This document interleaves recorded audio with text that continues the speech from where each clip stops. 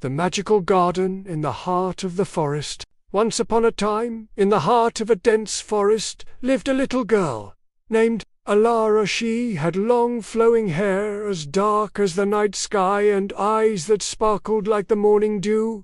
Alara loved exploring the forest. She would spend her days gathering flowers, playing with the rabbits and talking to the birds. The forest was her playground, and she knew every inch of it. One sunny afternoon, while picking berries with her pet squirrel, Chipper, Alara noticed something strange. Then, right before Alara's eyes, a beautiful woman appeared.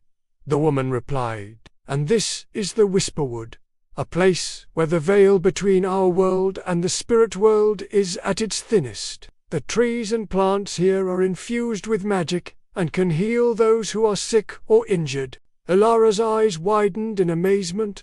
"It's so beautiful," she whispered. "Can I touch these plants? Will they grow in my garden back home?" She had long flowing hair the color of moonlight, and her eyes twinkled like stars. "Who are you?" Alara asked, feeling a little scared. "Of course, child. Take as many as you like, but remember, these plants are magical and should be used with care. Now, take this," she said, handing Alara a small vial filled with a sparkling liquid.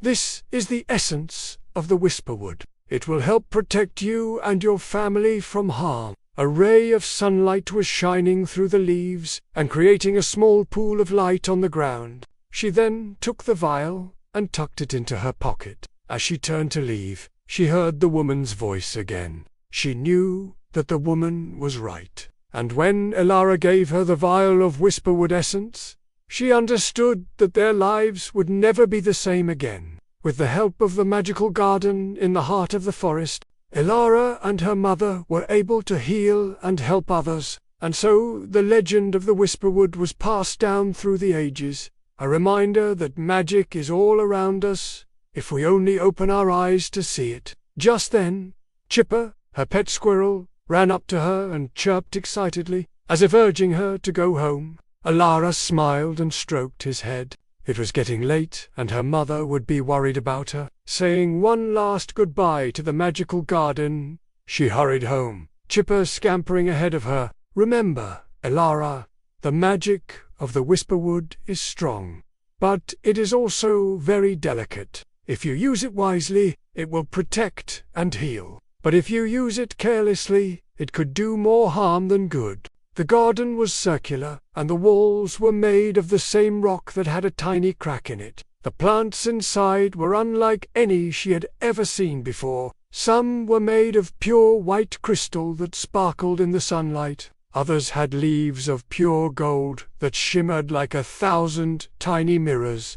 In the center of the garden was a magnificent tree with branches that reached up towards the sky like welcoming arms. Its leaves were a deep emerald green, and its trunk was covered with glowing runes that seemed to hum with power. As she walked towards the light, she saw that it was coming from a tiny crack in a large rock. Curious, she pushed aside some leaves and gasped in amazement.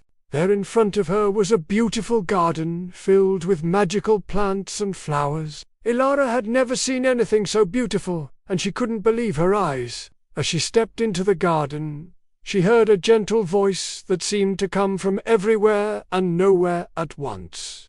"Welcome, Alara," the voice said. "I have been waiting for you." Alara jumped in surprise. "Who's there?"